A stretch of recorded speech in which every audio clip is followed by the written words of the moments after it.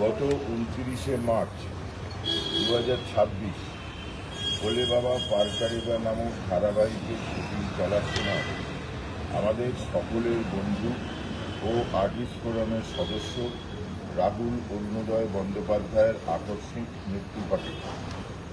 আপনাদের অবগতির জন্য জানাই, এরপর থেকেই সোশ্যাল মিডিয়ায় নানান মতামত চলতে থাকে।